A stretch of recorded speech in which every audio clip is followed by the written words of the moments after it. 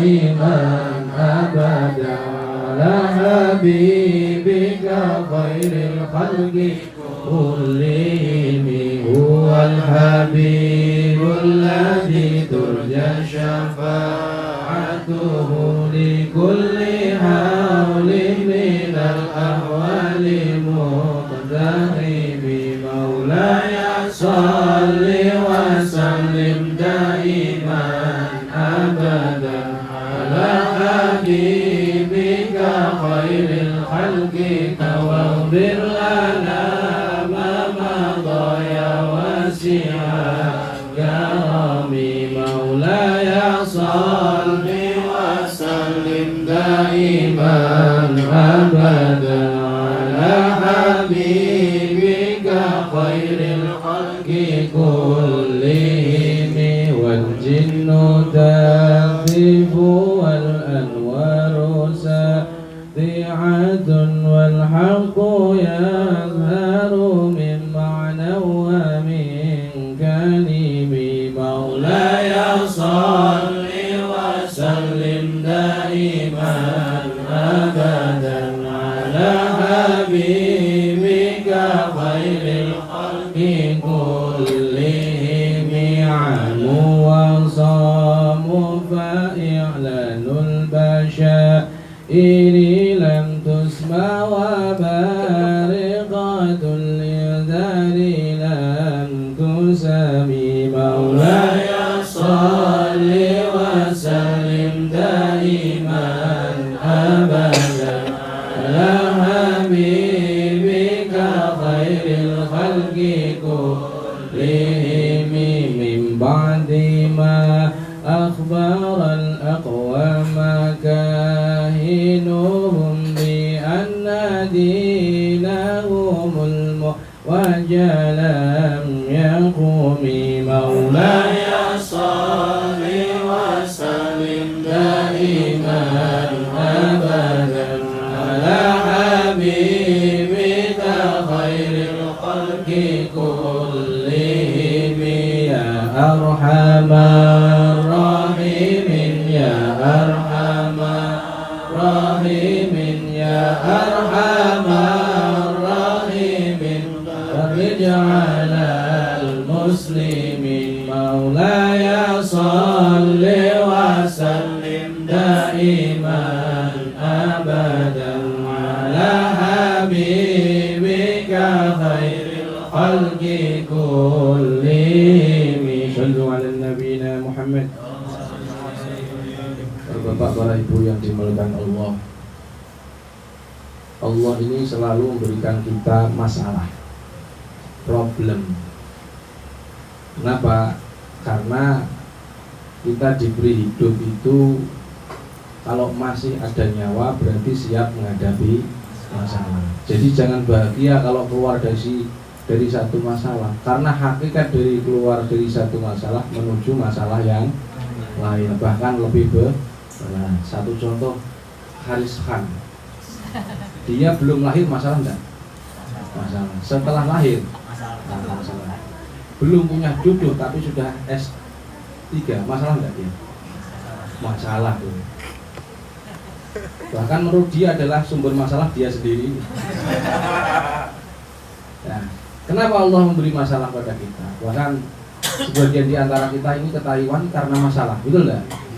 Nah, bisa jadi masalah hutang, bisa jadi masalah karena pendidikan di Indonesia mahal, akhirnya kabur ke sini.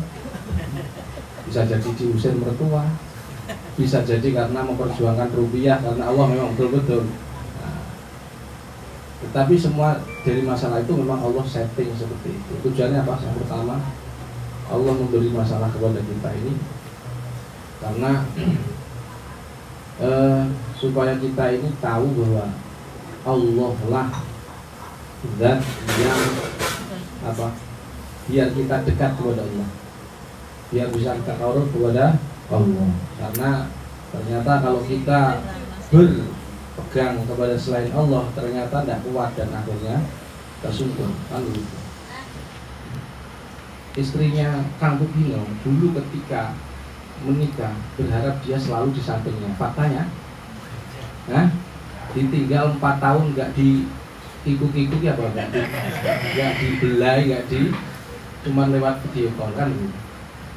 Padahal berada seorang ketika bergumantung dia ini bersandar kepada selain Allah pasti akan tersungkur.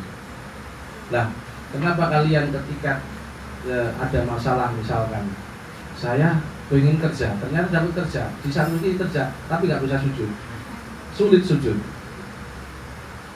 Saya tadi sempat berpikir, saya sholat asar aja kesulitan di Hong Kong, cari masjid nggak dapat, apalagi Taiwan,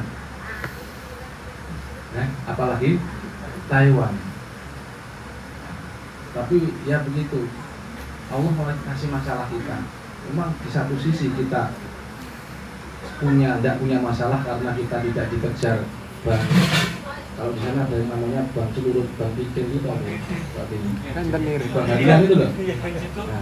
Nah, memang di sini kita nggak ditagih, tapi di satu sisi kita punya masalah, yaitu masalah sulitnya sujud. Dan memang diuji seperti itu tidak lain tujuannya biar kita ini bertubi-tubi bisa mengerti bahwa selain ternyata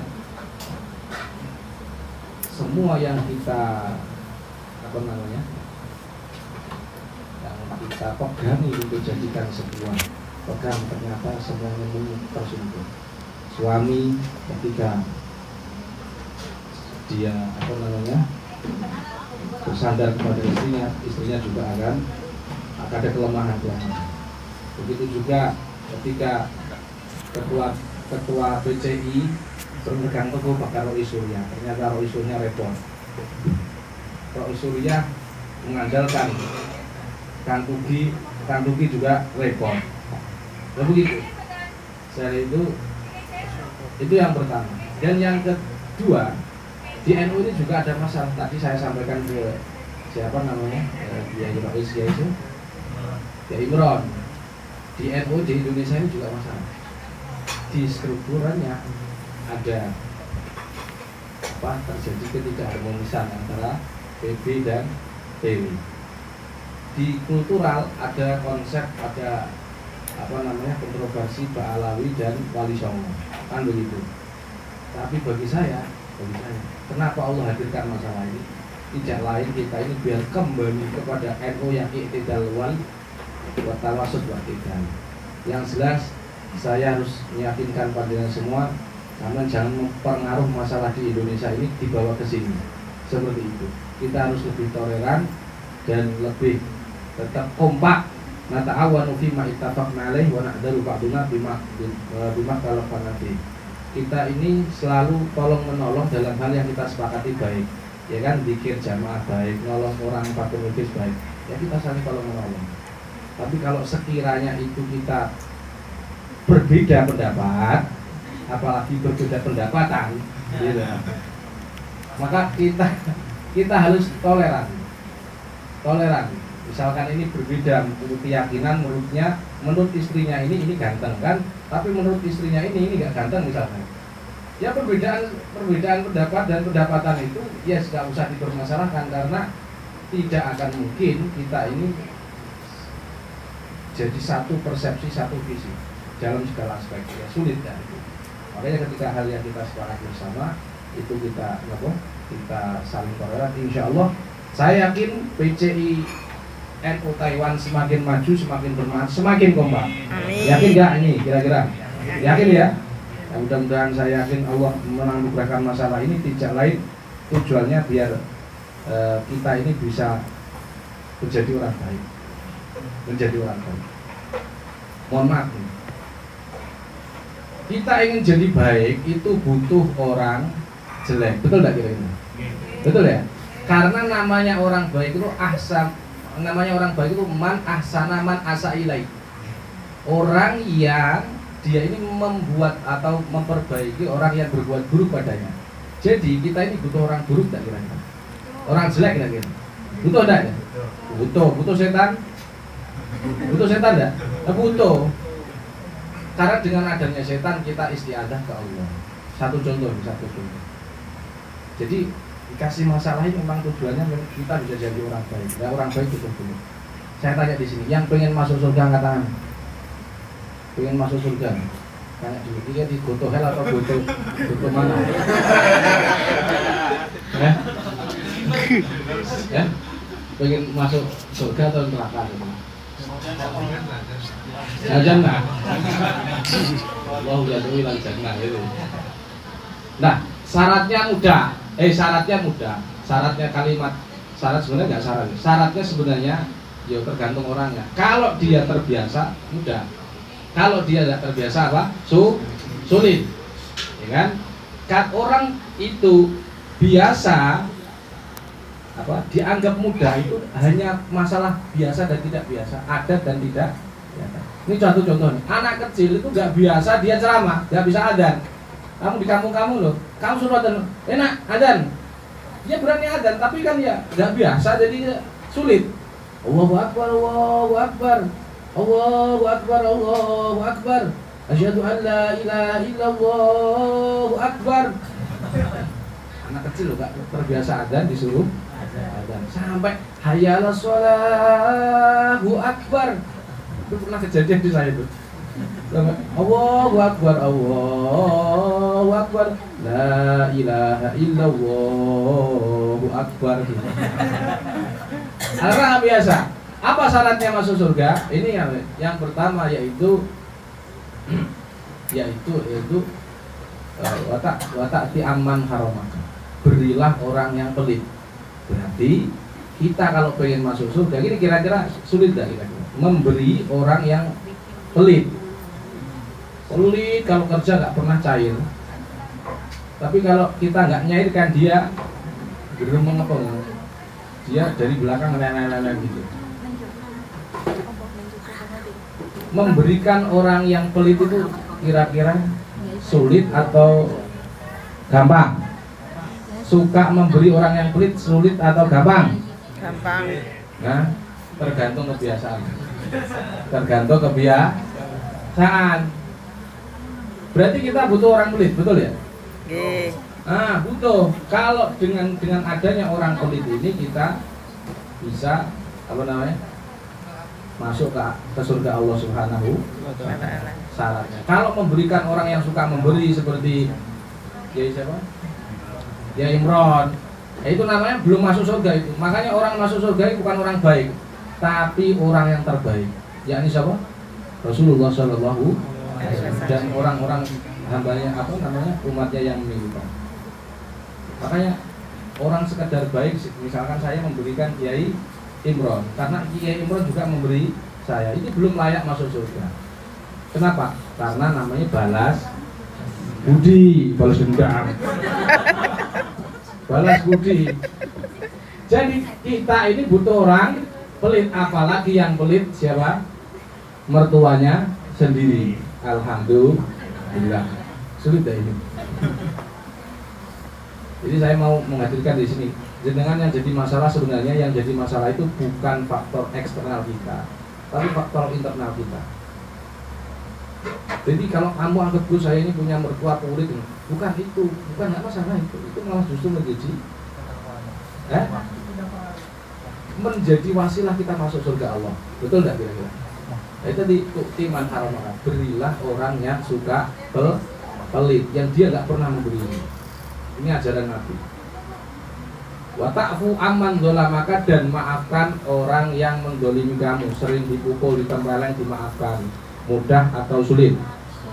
Mudah atau sulit? Kamu dosen nggak pernah menilai kamu A, gitu.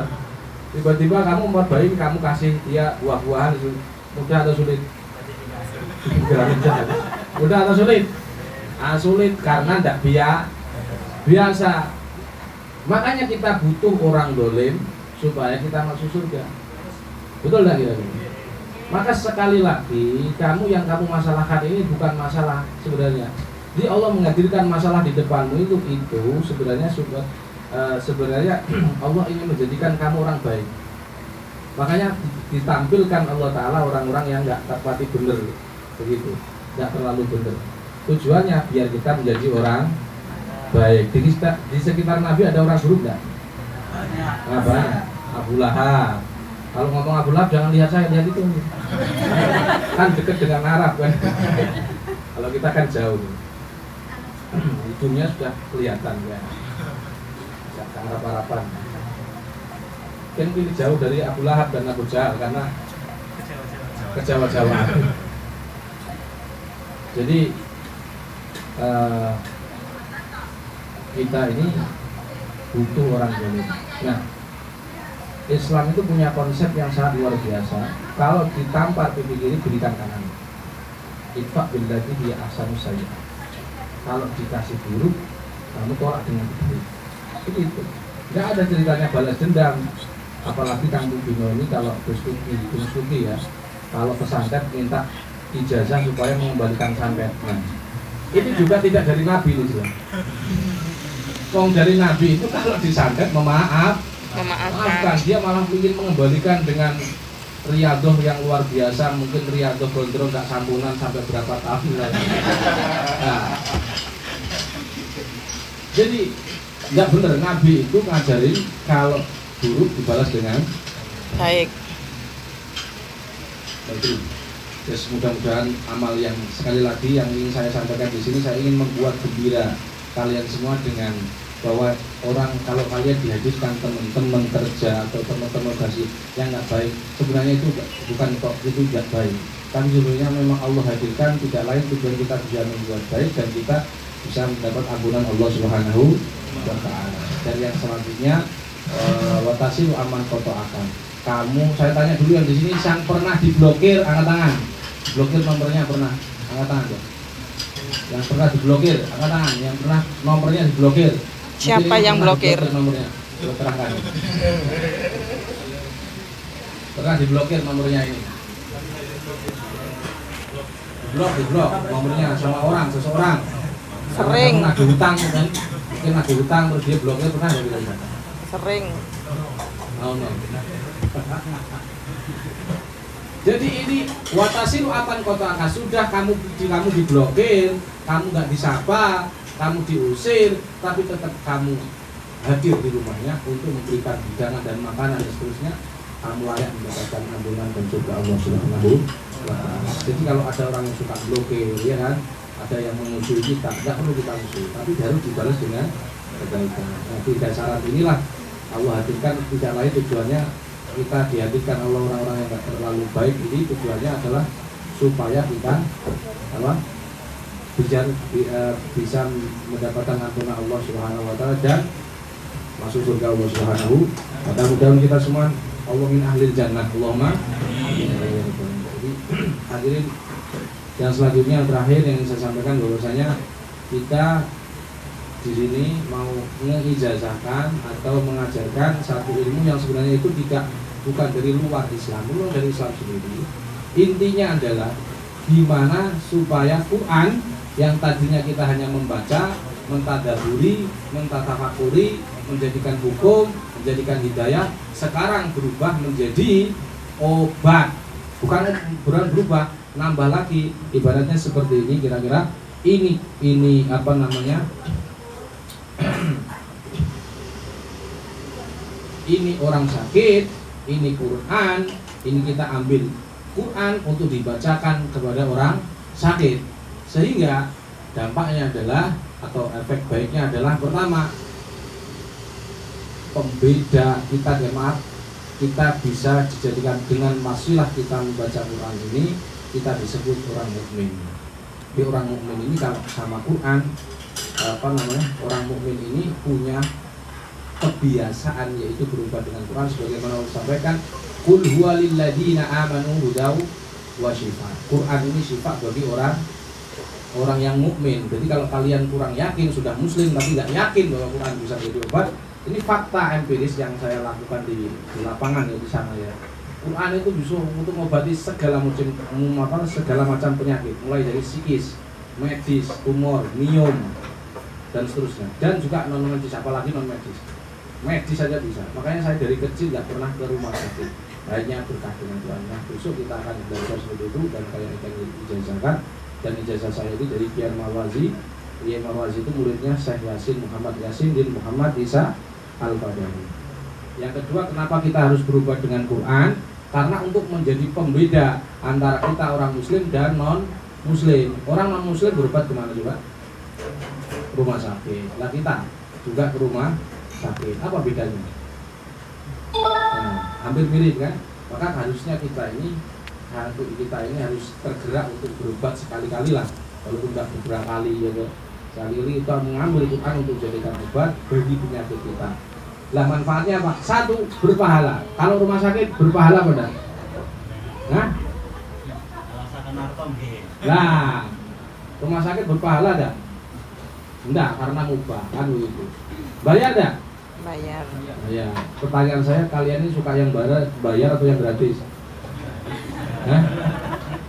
Wajah gratisan kan ya. Nah, maka kalau Quran berpahala dan gratis, makanya besok, dan itu bisa diamalkan dimanapun, bahkan di Afghanistan.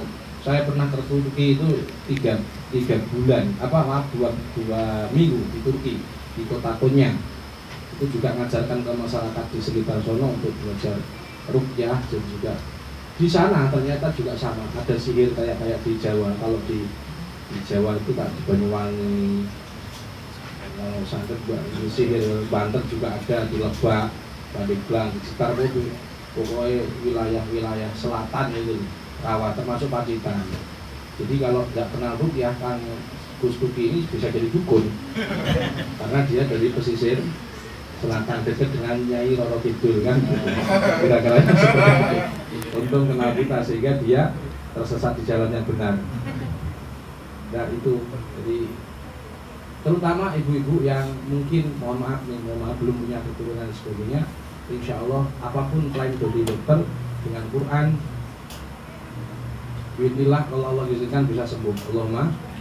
Jadi bedanya nanti adalah begini. Ini misalkan kesembuhan, ini orang sakit seperti itu kira-kira. Nah, kalau kita berobat dengan pengobatan bumi, akupuntur, akupresur, rumah sakit, itu jalur bumi. Yang kedua ada lewat jalur langit. Jadi ini orang sakit, ini sembuh. Nah, orang sakit menuju sembuh, ada 2 jalur, jalur bumi dan jalur langit. Nah, Quran ini yang jalur langit. Dan dampak dari Quran ini mukjizat, irrasional. Namanya mukjizat, tidak bisa diilmiahkan, sulit diilmiahkan. Makanya kalau ada orang sakit kok tiba-tiba reaksinya muntah, kemudian atau tiba-tiba kok tumornya sembuh, kita nggak ngerti. Bahkan saya sendiri yang ajarkan juga nggak ngerti. Karena yang kita efek dari Quran ini mukjizat tidak bisa dilogikakan. Beda dengan akupuntur, akupresur, pengobatan Cina, pengobatan asli Taiwan, pengobatan Cina kayak diagnosa mata dan tangan dan lidah, misalkan akupuntur dan sebagainya, itu bisa dilogikakan, bisa diteliti. Tapi kalau Quran tidak bisa, hanya diimani dan dirasakan. Dan itu dampaknya luar biasa. Sembuh tidak sembuh tetap dapat pahala. Kalau ke rumah sakit sembuh tidak sembuh tetap bayar. Ya, saya kira itu mudah-mudahan dengan hadirnya Jira, hadirnya kita bisa mengobati untuk diri kita, keluarga dan yang lain. Mudah-mudahan kita semakin dekat dengan Quran. Dan yang harus kita yang ingin saya sampaikan yang ketiga yang ingin saya sampaikan adalah saya ingin membuat jenengan ini terus bahagia. Kira-kira mau nggak kiat-kiat bisa bahagia? Ingin nggak? Ingin tak kira-kira? Bahagia itu ketika Haris Khan belum lahir, dia diciptakan Allah tujuannya untuk apa sih? Ilaliya budun. Kan tujuannya untuk nyembah Allah, bukan S3, betul enggak? Tanyaan dia. Dia diciptakan Allah, dia itu bukan untuk S3, bukan ke Taiwan. Ngapain ke Taiwan? Bukan, tapi untuk ilaliya budun, untuk menyembah Allah, betul enggak kira-kira? Maka selama kita bisa sujud ke Allah, syukuri itu. Maka kadang kita itu enggak bahagia bukan karena enggak ada duit, tapi kadang lupa cara bersyukur kepada Allah Subhanahu wa Ta'ala. Jadi begini maksud saya, dengan nanti jangan sampai satu kesedihanmu melupakan keriduan nikmat Allah atas dirimu. Bang kira-kira ini. Contoh di sini. Di sini pasti ada hal yang tidak mengenakan, betul? Misalkan kopi habis, ya enak kan? Tapi ada yang lain, nikmat yang lain yang membuat kita bahagia, betul? Betul? Maka jangan sampai kita ini kesedihan ini melupakan ribuan nikmat Allah atas diri kita. You understand? Paham nggak paham aja sih dulu? Hah? You understand? Ya, mudah-mudahan. Ini satu set. Nah, pertanyaannya, dari kenikmatan apa saja yang harus kita nikmat ini kan macam-macam. Karena orang pertama nikmat biasa, yaitu nikmat Allah berupa harta melimpah, gaji nggak pernah telat, betul? Ditambah Kopi bonus. Nah, itu nikmat yang paling rendah. Sedangkan nikmat yang luar biasa, nikmat sehat lah. Tapi nikmat yang paling agung yaitu nikmat Islam dan iman, betul? Maka selama masih ada iman di hati kita, syukuri, karena itulah harta yang tidak ternilai. Makanya maksudnya begini, jenengan walaupun nanti suatu ketika pulang dari sini kok tiba-tiba misalkan gajian kok berkurang, ya kan, terus tubuh tambah sakit, ternyata istri di sana diambil orang, utangnya semakin melimpah, tetap syukuri. Kenapa? Karena masih ada iman dalam hati, betul? Dan itulah yang menyelamatkan. Contoh, Haris Khan pulang ke Pakistan, ternyata rumahnya di rudal Israel. Bagus ya? Nah, kan. Tapi tetap dia harus bersyukur. Kenapa? Selama dalam hatinya masih ada iman, dan itulah nikmat yang paling agung. Maka ketika masih ada iman dan Islam, syukuri, karena itu kenikmatan yang paling agung, melebihi kenikmatan sehat dan kenikmatan harta yang melimpah. Terangkan ini, karena dia gini-gini, saya kira kayaknya dia nggak paham. Sekian dari kami yang sudah bermanfaat. Alhamdulillah.